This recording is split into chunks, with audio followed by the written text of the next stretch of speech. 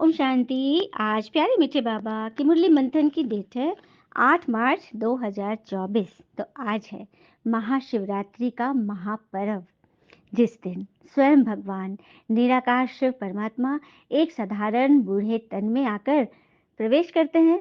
और शिवरात्रि का पर्व अर्थात शिव अपने ज्ञान का प्रकाश लेकर आते हैं रात्रि में।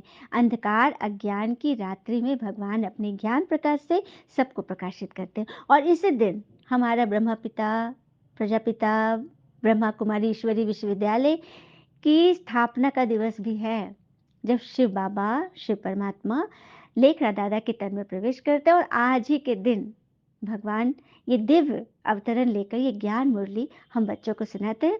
और इस मुरली से हम सबका जीवन रंगीन करते हैं, मधुर करते हैं, है ना। तो आज ही का ही दिन है। ये हमारी ब्रह्मा कुमारी में और भक्ति में भी शिवरात्रि का बड़ा महत्व है। तो चलिए आज बाबा हमें कौन से फूल से सजा रहे हैं देखते हैं।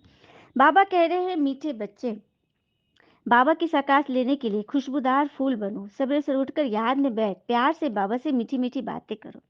भगवान कह रहे हैं, तुम मेरा साकात अर्थात मेरी दुआ लेने के लिए खुशबूदार फूल बनो, बदबूदार नहीं, टीका वाला नहीं। ऐसा नहीं कि आपको देखकर किसी को नजर लग जाए, ठीक है। आपकी नजर इतनी पवित्र होनी चाहिए। तो सवेरे से उठकर मेरी याद में बैठो, प्यार से मीठी मीठी बातें करो। ये तो बाबा कह रहे हैं। चलिए एक काला टीका पर कहानी सुन ले। तो एक बार किसी ने भगवान से पूछ लिया, महाराज आपने नारद के चरित्र में कलंक क्यों लगवा दिया? क्योंकि नारद जैसे महात्मा, जिन्होंने काम क्रोध तथा लोभ तीनों को जीत लिया है, पर बीच में आपने विश्व मोहिनी के चक्कर में उन्हें डाल दिया, जो उन्होंने अपना चेहरा देखा था बंदर जैसा। तो भगवान बोले, बात यह है कि अगर बच्चा बहुत सुंदर हो तो माँ को बड़ी चिंता होती है, इसको कहीं नजर न लग जाए। और नजर से बचाने के लिए माँ एक काला टीका तो अवश्य लगा देती है।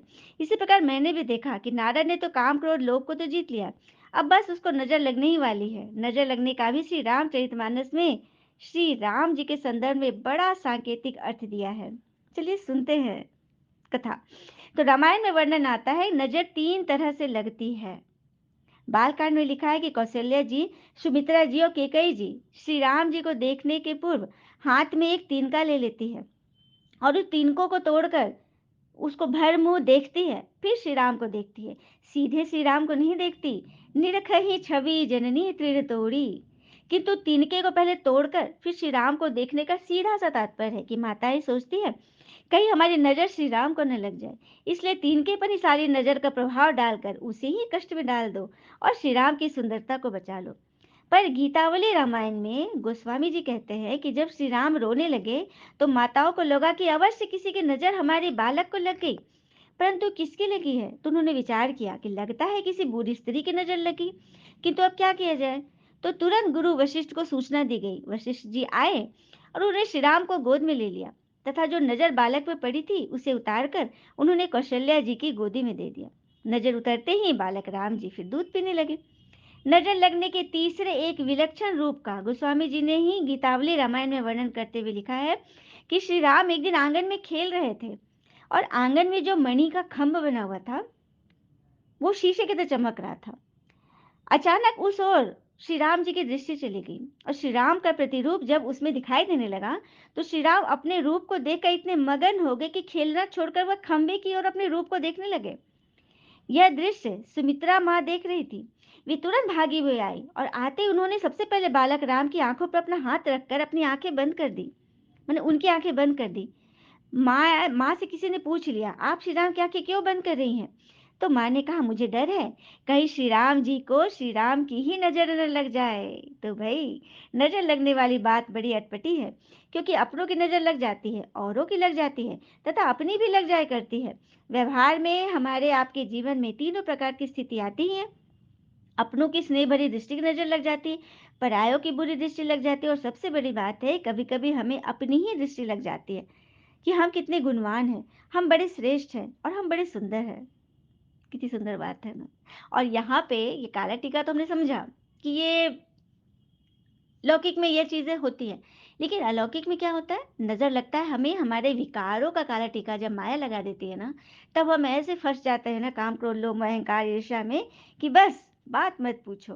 हाँ, फंसे ही चले जाते हैं। तो अपने मन को इतना मजबूत बनाएं कि किसी के भी व्यवहार से हमारे मन को काला टीका न लगे।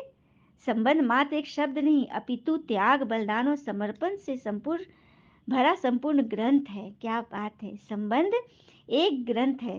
कर्म प्रधान विश्व करी राखा, जो जस करी सो तस फलु चाखा। जैसा कर्म करोगे वैसा फल तो चखना ही है। हाँ, तो इसीलिए भगवान हमें कर्म करना सिखा रहे हैं। खुशबूदार फूल बना रहे। कल भी बाबा ने बोला था, मैं कांटों का बगीचा बदल फूलों कांटों का जंगल को बदलकर फूलों का बगीचा बना रहा हूँ।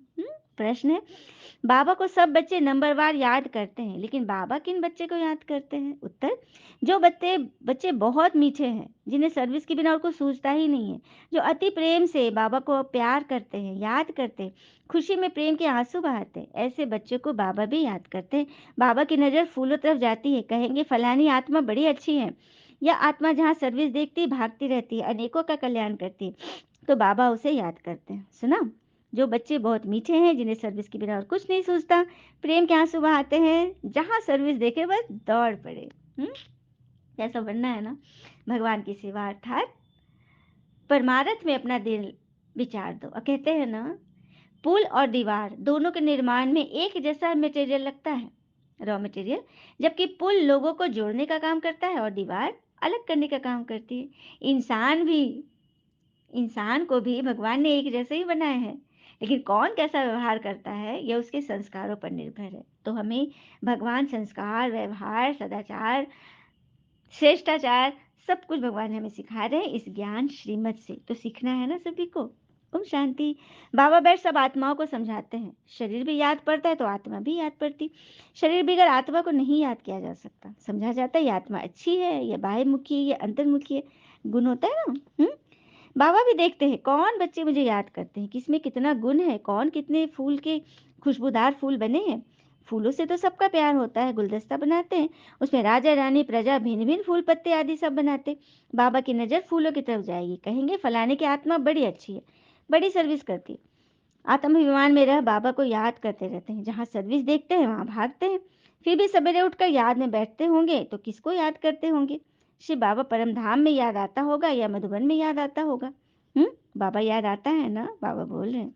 कहाँ याद करते हैं? निराकार रूप में परम धाम में, और मधुबन में फिर साकार रूप में, एक शरीर के रूप में भगवान आते हैं ना ज्ञान सुनाने के लिए। तो बाबा कह रहे हैं, फिर बाबा कहते हैं सुबह को तुम सब पिता की याद में बैठते हो, वो सब्जेक्ट है याद की। फिर मुरली चलती है, यह है पढ़ाई की सब्जेक्ट। तो मुख्य है योग और पढ़ाई। उनको नॉलेज, ज्ञान और विज्ञान भी कहा जाता है। तो ज्ञान हो गया योग, हाँ, ज्ञान हो गई पढ़ाई, और योग हो गया विज्ञान। हम्म फिर बाबा बोल रहे हैं, इस सभा में वास्तव में कोई पतित बैठ नहीं सकता। पतित वायुमंडल को खराब करेंगे। अगर कोई छिप कर यहाँ आकर बैठे तो उनको चोट भी लगती है, एकदम गिर पड़ेंगे। ईश्वरीय सभा में कोई दैत आकर बैठ जाए तो झटपट अटल जाता है। राहु राहु बैठ गया था ना ये अमृत पीने के लिए, तो क्या हर्ष हुआ उसका। इसलिए इस सभा में कोई पतित तो बैठ न सके। फिर बाबा कह रहे हैं, देही अभिमानी और देह अभिमानी बनने की बातें संगम पर ही होती है, और सिवाय बाबा के ये बातें कोई समझा नहीं सकती। क्योंकि देखो, बताना कहना तो आसान है, पढ़ी हुई बातें सुना दो, लेकिन इस पे चलाना, देही अभिमानी बना देना, ये तो भगवान का ही काम है ना। अच्छा, मीठे बच्चों प्रति भगवान की नमस्ते, हम बच्चों की भी प्यारे बाबा को नमस्ते। धारणा के लिए मुख्य सार, पहले पॉइंट, सदा खुशी में डांस करने के लिए सच्चे पिता से सदा सच्चा रहना है, कुछ भी छिपाना नहीं है। दूसरी पर, बाबा जो अविनाशी रतन देते हैं वह सब बांटने हैं। साथ साथ शिव बाबा को अपना वारिस बनाकर सबको सफल करना है, इसमें मनहूस नहीं बनना है। वरदान, बिंदु और बूंद के महत्व को समझ अपनी श्रेष्ठ स्थिति बनाने वाले सिद्धि स्वरूप भव। बिंदु और बूंद के महत्व को समझ अपनी श्रेष्ठ स्थिति बनाने वाले सिद्धि स्वरूप भव। शिव परमात्मा की पूजा में एक बिंदु की विशेषता है, दूसरी बूंद बूंद की विशेषता है। शिवलिंग पर जल की लोटनी से बूंद बूंद जल टपकता है ना, तो इसका अर्थ यही है कि बूंद बूंद आत्मा याद कर रही है। आत्मा, परमात्मा, प्रकृति का ये खेल अर्थात ड्रामा, तीनों का ज्ञान प्रैक्टिकल लाइफ में बिंदु ही अनुभव होता है, और बूंद है शुद्ध संकल्पों की स्मृति, जिससे मिलन की सिद्धि का अनुभव होता है।